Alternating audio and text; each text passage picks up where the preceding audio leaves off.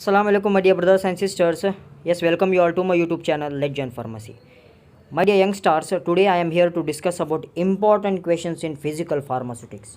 Okay, as we had already discussed about pharmaceutical engineering in previous video, inshallah in this video, in the same pattern, in a beautiful pattern, we will complete this video. And one tip for you is these questions are enough for you to score more than 50 plus in your examination. Okay, you can easily score 50 plus only by practicing these physical pharmaceutics questions. Okay, देखिए दोस्तों, अभी time भी नहीं है. Okay, due to very very very very shortage of time you should read only these questions. 2 marks questions inshallah we will discuss later. In this particular video I have come across 10 marks और 5 marks. सिर्फ ये दो ही character के बारे में मैंने discuss करा है इस वीडियो के अंदर. सो आप बेहतर होगा कि इस वीडियो को लास्ट तक देखिए. ओके, लास्ट तक देखने से आपको ग्रास्पिंग पावर आपकी इंक्रीज़ हो जाएगी. मतलब जो पढ़ना है मुझे क्या क्या पढ़ना है एग्ज़ाम के लिए, किस तरह से मैं स्कोर कर सकता हूँ 50 plus, how can I pass the examination of physical pharmaceutics.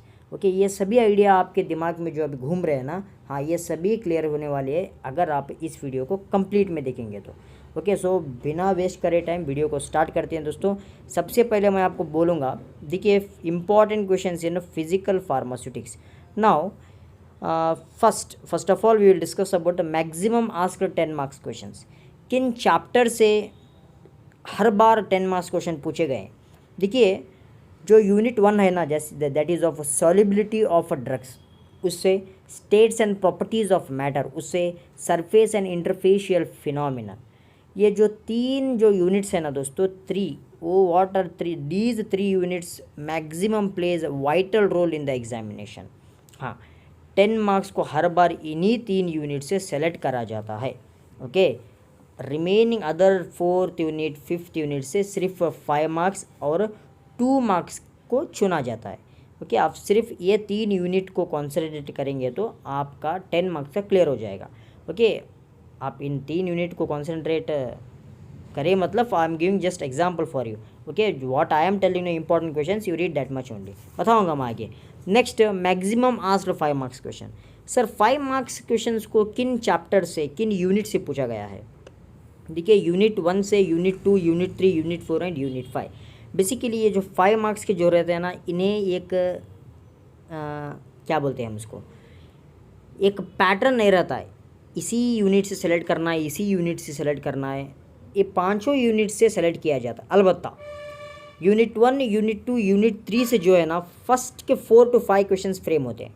From unit 1 to unit 3 first 4 to 5 questions को फ्रेम किया जाता है. ओके, क्वेश्चन पेपर के अंदर पार्ट बी या सेक्शन बी के अंदर फर्स्ट 4वां और 5th 1 2 3 4 5th क्वेश्चन तक यूनिट 1 2 3 से सेलेक्ट किया जाता है. देन जो दूसरे बाकी के 4 and 5 जैसे कि कॉम्प्लेक्स हो या वगैरह दूसरे जो कॉन्सेप्ट है ना, जो यूनिट्स है, उनसे रिमेनिंग 5 मार्क्स क्वेश्चंस को कलेक्ट करा जाता है दोस्तों. ओके, कैच कर ले इन सेंटेंसेस को, आप कैच कर लीजिए, ये बहुत ही इम्पॉर्टेंट है. ओके, आपको बहुत ही हेल्पफुल होने वाला है दोस्तों. नेक्स्ट, अगर हम 2 मार्क्स की बात करेंगे तो दोस्तों देखिए, 2 मार्क्स जो है ना, फ्रॉम 10 मार्क्स एंड 5 मार्क्स से पूछा जाता है. जो 10 मार्क्स का क्वेश्चन आपको पूछते हैं एग्जामिनेशन में, जो 5 मार्क्स में पूछते हैं, उसी से ही 2 मार्क्स के क्वेश्चंस को फ्रेम किया जाता है.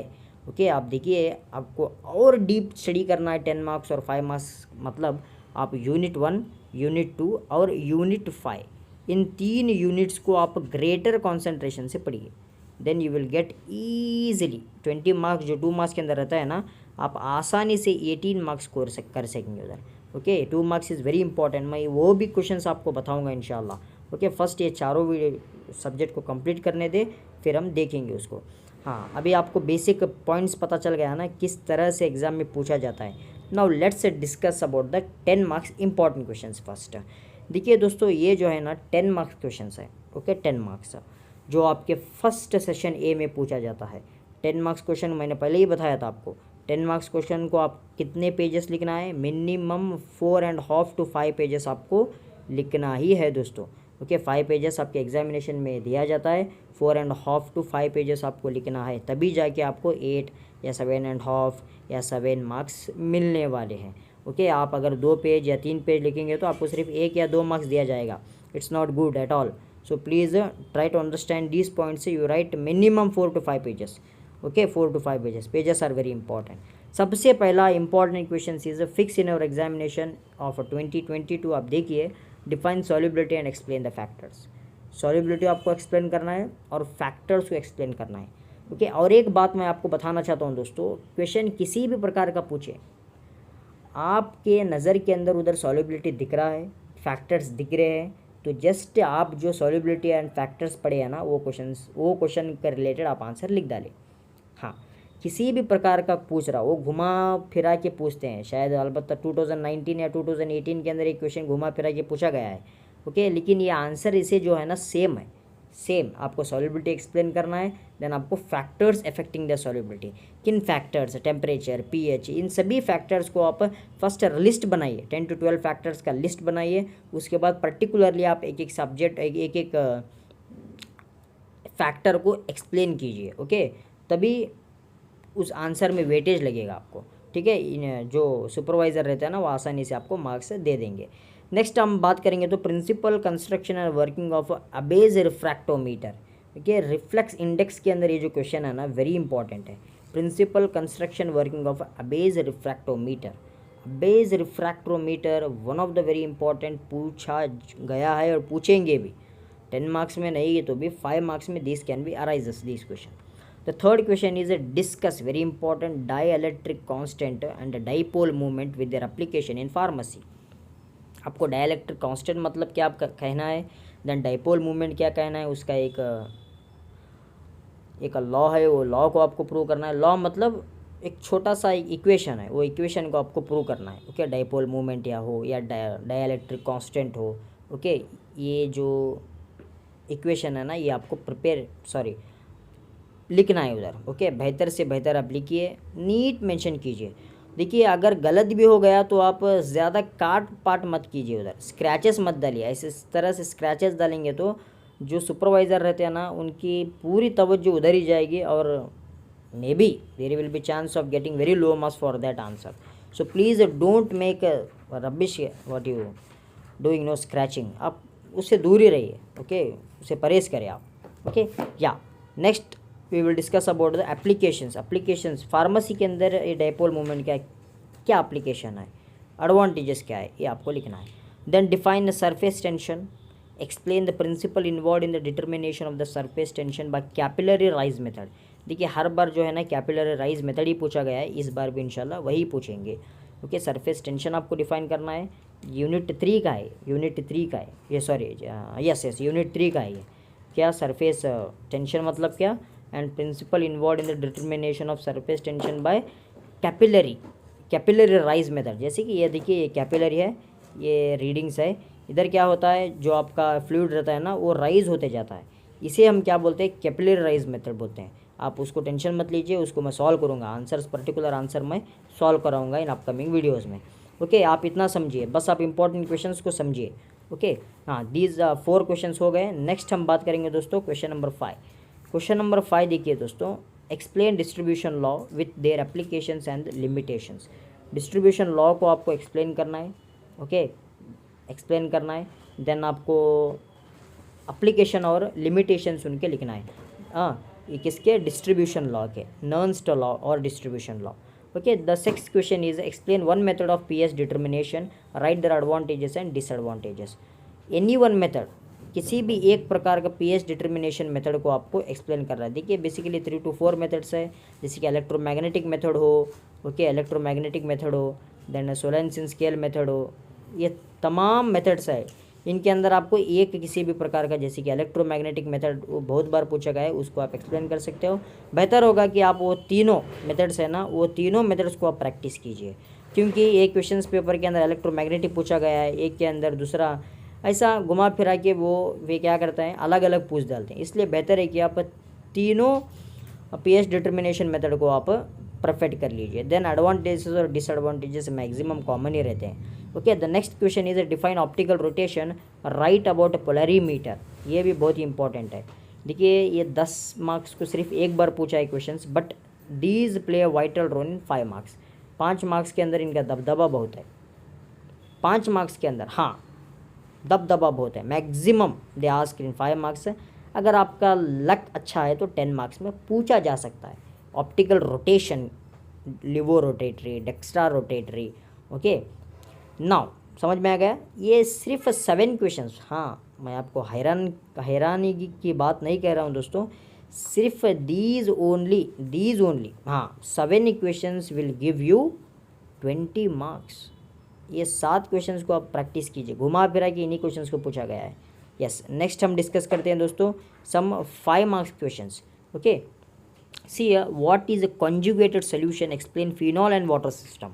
फिनॉल और water system, nicotine and water system, देखिए हर बार फिनॉल एंड वाटर सिस्टम ही पूछा है, अब बेहतर है कि फिनॉल एंड वाटर सिस्टम को प्रैक्टिस कीजिए, ओके। और इस तरह भी पूछा जा सकता है question, right a note on conjugated solution. Conjugated protein नहीं है, सॉरी, कॉन्जुगेटेड सोल्यूशन। देन आपको कॉन्जुगेटेड सोल्यूशन क्या है वो लिखना है, ओके। कॉन्जुगेटेड सोल्यूशन क्या है वो लिखना है, explain phenol and the water system, ये भी आपको लिखना है, ओके। और क्रिटिकल सोल्यूशन टेम्परेचर, ये और ये कॉन्जुगेटेड सोल्यूशन हो या क्रिटिकल सोल्यूशन टेम्परेचर हो, ये दोनों बहुत ही रिलेट करते हैं।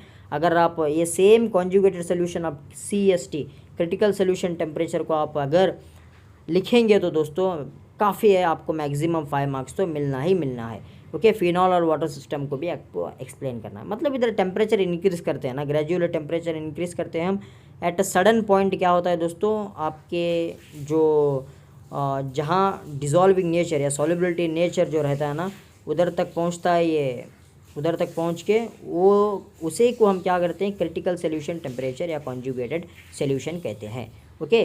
Then water complex explain, complex आपको पता चलना है क्या कॉम्प्लेक्स क्या है, और एक्सप्लेन करना है, टाइप्स एक्सप्लेन करना है आपको, इनऑर्गेनिक हो या वही ऑर्गेनिक हो, देन अरोमेटिक हो, ये तरह के आपको मेटालिक कॉम्प्लेक्स हो, ओके, मेटालिक कॉम्प्लेक्स हो, इन तमाम 3 जो कॉम्प्लेक्सेस है ना, ये आपको एक्सप्लेन करना है, ओके। आप तीनों को याद रखिए, तीनों कॉम्प्लेक्सेस को आप याद रखिए। Then third one is explain different methods to determine HLB of the surfactant. बहुत मेथड्स है, वो मेथड्स को आप याद रखना है, ओके। 4 to 5 मेथड्स है, वो 4 to 5 मेथड्स को आपको लिखना है दोस्तों, HLB ऑफ अ सरफेक्टेंट को डिटरमाइन करने के लिए, hydrophilic lyophilic balance, okay. Then water buffered isotonic solution, ये भी बफर्ड आइसोटोनिक सोल्यूशन हो या आइसोटोनिक सोल्यूशन हो, ये भी बहुत बार आपके एग्जामिनेशन में पूछा गया है, इसे भी आप ज़्यादा से ज़्यादा कॉन्सेंट्रेट कीजिए। नेक्स्ट हम बात करते हैं दोस्तों question number 5, explain diffusion principle involve in the biological system, okay. Diffusion from movement of water molecules from higher concentration to the lower concentration, इसे हम क्या कहते हैं दोस्तों, डिफ्यूजन कहते हैं। अगर बायोलॉजिकल सिस्टम की अगर बात करेंगे तो आपको वही जैसे कि प्लाज्मा मेम्ब्रेन को बीच में रख के जो ट्रांसफ़र होता है ना, उसी को हम जो biological system type of diffusion कहते हैं, वो आपको लिखना है दोस्तों। सेमी प्लाज्मा मेम्ब्रेन जो रहता है ना, उधर से ये ट्रांसफ़र होता है दोस्तों, ओके। क्या, इलेक्ट्रोलाइट्स, सोडियम हो, पोटेशियम हो, हाँ। Then the 6th one is explain the factors affecting solubility of gases in liquids. 5 marks के अंदर फर्स्ट क्वेश्चन ही ये होगा, अगर पूछेंगे फर्स्ट या सेकेंड या थर्ड क्वेश्चन के अंदर सॉल्युबिलिटी ऑफ गैसेस, गैस किस तरह से सॉल्युबल होता है लिक्विड के अंदर, ये पूछते हैं दोस्तों। जैसे कि देखिए आप जो कोको कोला पीते हो या किसी भी तरह के कार्बोनेटेड वाटर जो आप ड्रिंक करते हो ना, हाँ, that is basis on this principle only, this factor only, gases in liquid, okay. Next हम बात करते हैं दोस्तों question number 7, explain the phenomenon of wetting and detergency. Phenomenon आपको एक्सप्लेन करना है, वेटिंग गीलापन और डिटर्जेंसी, जो हम डिटर्जेंट यूज़ करते हैं घर पे, उसकी फिनोमिनन को, उसके प्रॉपर्टीज़ को, प्रिंसिपल्स को हम इधर डिस्कस करना है। सिंपल है, बहुत ही आसान है, घरेलू उपाय है, सभी आपके घर में जो होता है ना वही रहता है दोस्तों, बहुत ही आसान है। The 8th question is explain real and ideal solution with example. Real solution आपको एक्सप्लेन करना है, आइडियल सोल्यूशन एक्सप्लेन करना है, ओके। चंद बार क्या करते हैं बोलो तो, they will ask explain about the real solution, खत्म। Sometime they will ask explain about the ideal solution, दोनों पूछा नहीं गया है, but this time may be you write the difference between ideal and non ideal, तभी आपको लिखना पड़ेगा ना, हाँ। अगर they will ask only real means you just write it real no with example, ख़त्म। Yes, next we learn about the then question number 9, see are discuss in detail surface free energy. Surface free energy आपको discuss करना है, ये भी बहुत बार पूछा है question. Then explain griffin scale in detail. Griffin scale ये भी एक पीएच डिटरमाइन करने का स्केल है। Then define dissociation constant with their applications आपको डिस्कस करना है। 12th question is write on Henderson Hasselbalch equation.